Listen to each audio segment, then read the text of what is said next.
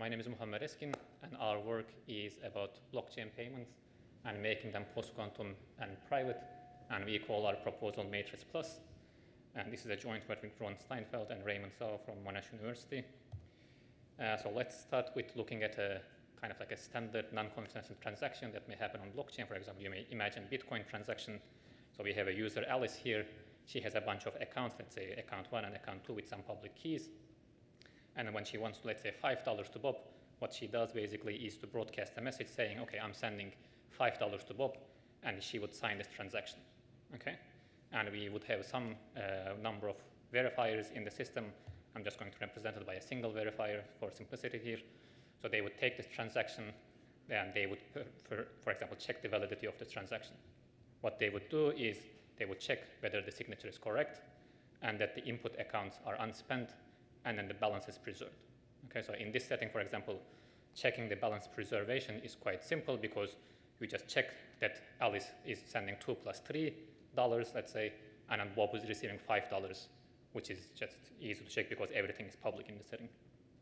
And the problem from a cryptographic perspective is that this transaction by itself is leaking a lot of sensitive information. So everyone can see the whole history of who sent how much money to whom, okay? And we, of course, want to kind of overcome this issue, and we would basically want to hide all this sensitive information, okay? And as soon as we do this, then things get complicated, right? So now, for example, how do we check that the balance is preserved? Because the verifiers do not see how much money Alice has and how much money she is trying to spend, right? So she might be trying to spend, let's say, minus $10, right? Because you don't see it. And now how do you actually realize that the users, the spenders, are not cheating? This is achieved by asking the users to do more than just sending the transaction. They also send what's called a zero-knowledge proof, which basically proves without leaking the sensitive information that the transaction is valid and there is no kind of like fraudulent action going on, okay? And there is a concrete instantiation of this idea that's called ring confidential transactions that was introduced a few years back, which is shortened as ring-CT. And in this protocol, a ring signature is used to hide the sender's or the spender's identity, and also a homomorphic commitment scheme is used to hide the transaction amount, okay?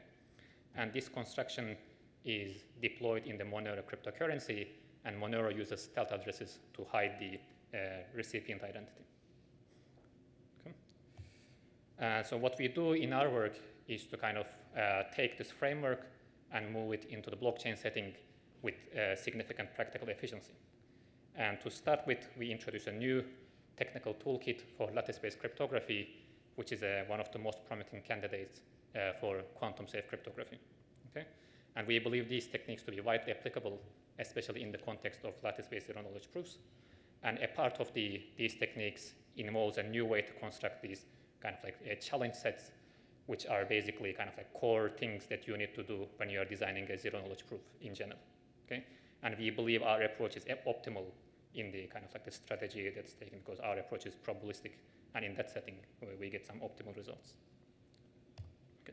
So using these new techniques and some more kind of like additional techniques outside of just the lattice crypto setting, we introduced MatRiCT+, which builds on our earlier work at CCS19 that was called MatRiCT. But MatRiCT+ has significantly smaller proofs, public keys, and system parameters, okay? And we have an efficient implementation in CC++. It's open source. I'm going to give you the link at the end. And as in MatRiCT+ also supports an optional auditability feature where you can introduce some authorities into the system that can basically de-anonymize users in case, for example, there is a illegal activity going on, okay? So we get this kind of like accountable anonymity. And as byproducts, we have efficient post-quantum ring and group signatures, which may be of independent interest for other higher level protocols. Right, so I'm not going to get into the technical details, but I wanted to give you a kind of like a very high level idea of how we do the balance proof inside this MatRiCT+, which is a core component, okay? And the whole protocol is quite involved and complicated, so I'll refer you to the paper for that. We have all the security proofs and so on in the paper as well. Okay, so as I mentioned, so balance proof is a core part of basically electronic payments, private electronic payments, which includes blockchain payment. And what we want to basically do is to prove some relation. Okay, so we want to prove that sum of some input amounts equals sum of some output amounts, okay, which are just integers. Okay?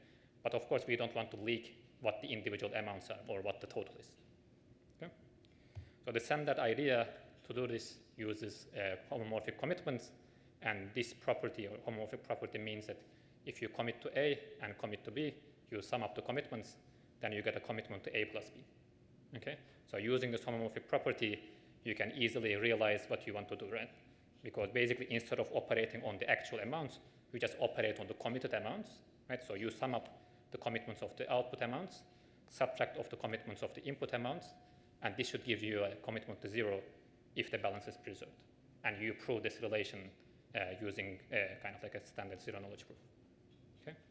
And the drawback of this approach is that this doesn't work well in the lattice setting, because these amounts are something like 64-bit values, which are really large for lattice-based cryptography. So we want to use much smaller values in the lattice-based crypto, something like maybe 32 bits.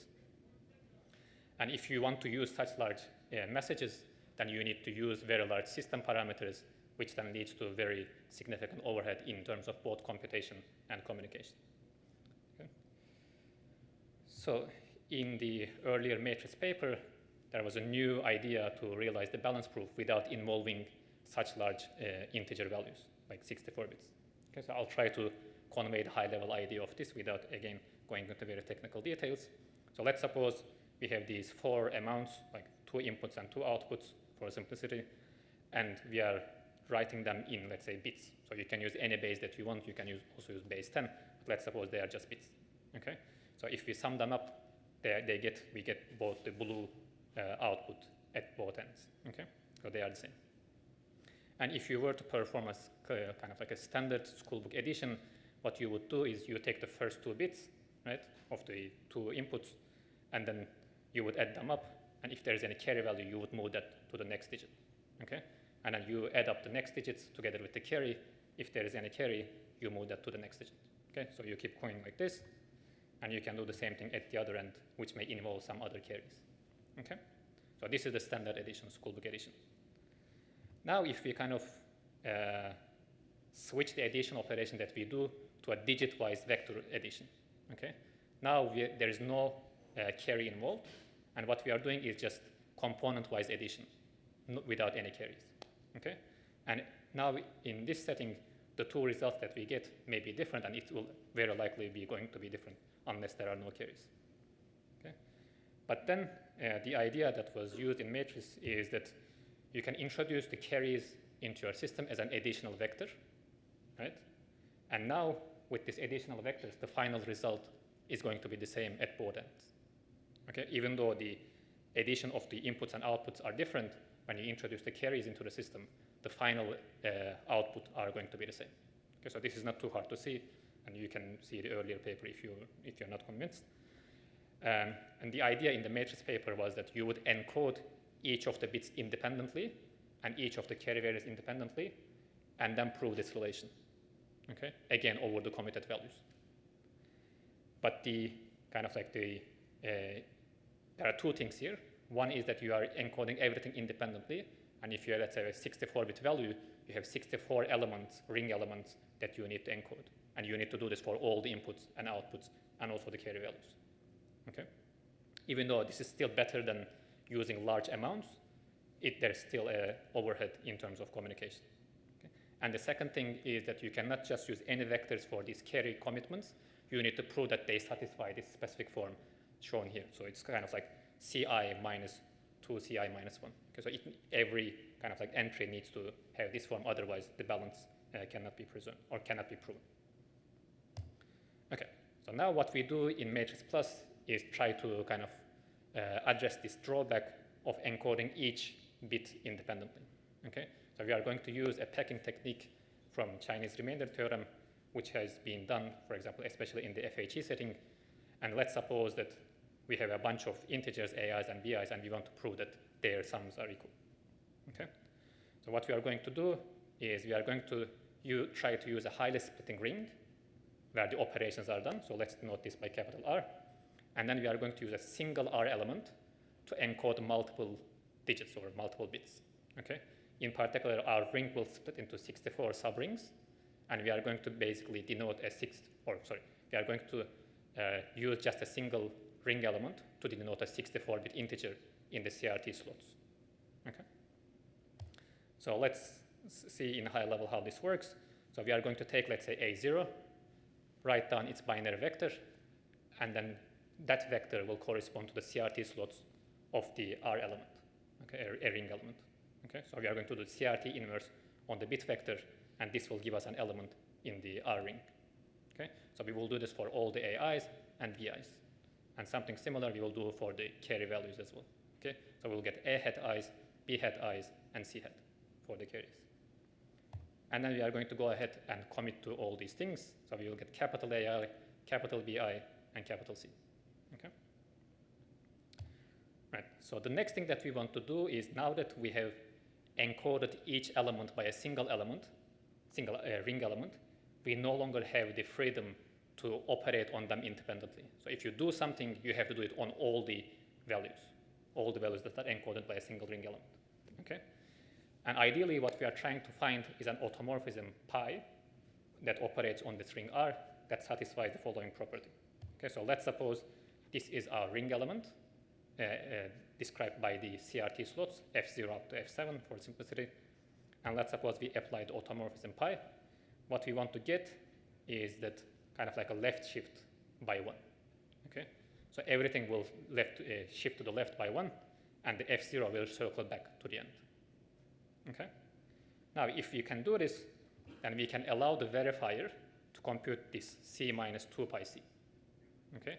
So remember that C is a commitment on a message whose CRT slots are C0, C1 up to blah, blah, blah, right?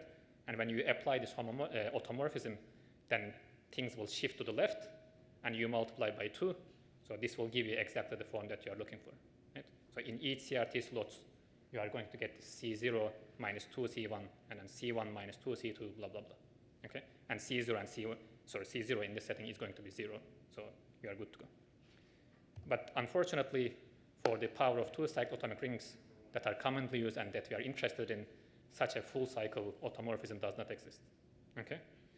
What does exist is kind of like a half cycle automorphism, let's call this sigma, that does the following. Okay? So it again does a left shift of most of the elements, but there are 2 defective slots. Okay? So F0 moves to the middle, and F4 in this setting moves to the end. Okay, so the 2 halves are kind of like cyclic shift, not the full cycle. Okay? So I'm not going to describe further how we kind of overcome this issue, but basically we introduce a patching technique to correct these defective 2 slots. Okay? And we do this very efficiently and in a verifiable fashion.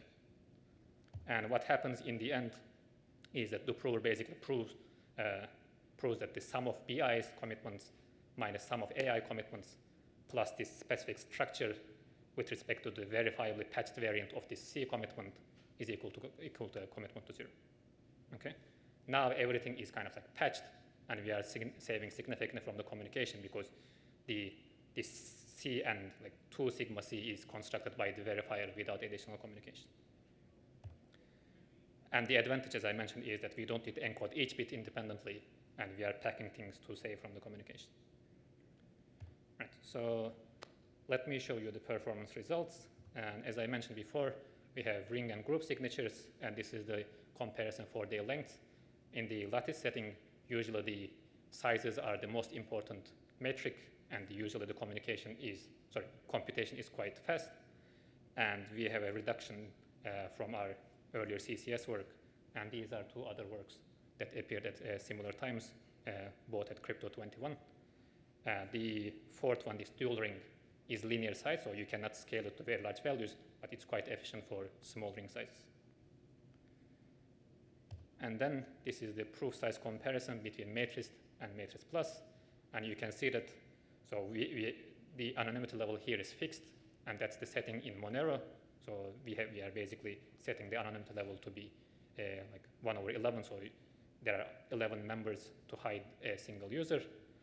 And we have increasing number of inputs because that's the kind of like the parameter that increases in the Monero transactions. And we can see that as the number of input increases, we have even much larger gap compared to matrix protocol.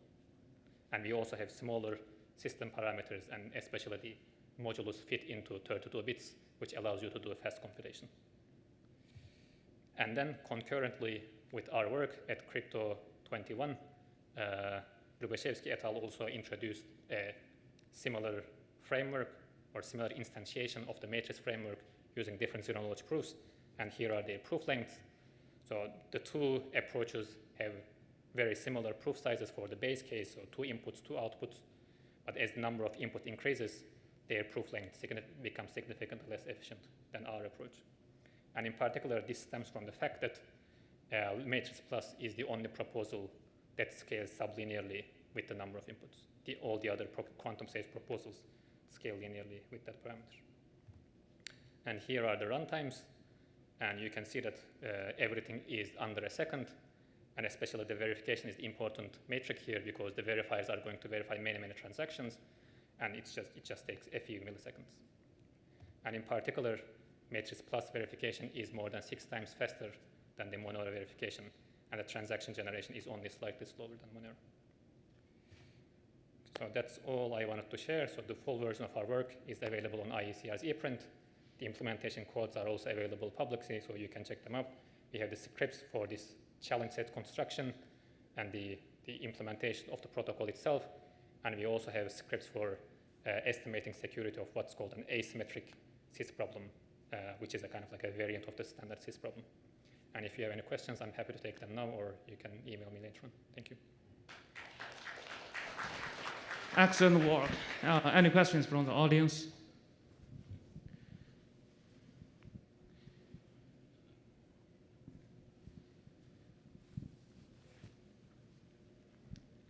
Yeah, I wanted to ask, first I wanted to confirm that the technique that you're developing here could actually generalize to computing linear combinations of committed values, and whether or not any additional difficulties arise in doing that generalization.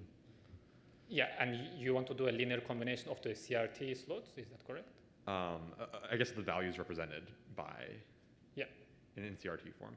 Yeah, you can do that, and there are different automorphisms that you can use depending on kind of like what structure you want to have. So yeah, you can do this.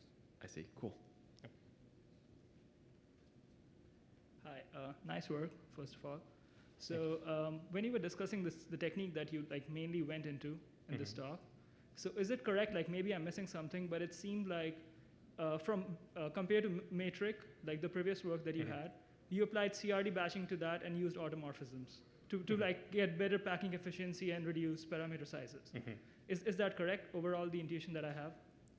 Yeah, that's just one optimization over matrix, and there are more things that I haven't described here. Okay, so yeah, so you did not go into that in this talk, right? Yeah, I missed a lot of details, yeah. Okay, I'll check the paper, thanks. Okay, no problem. Or you can email the authors to ask for more questions. Right? Yeah. Any more questions from the audience? Okay, let's thank speaker again.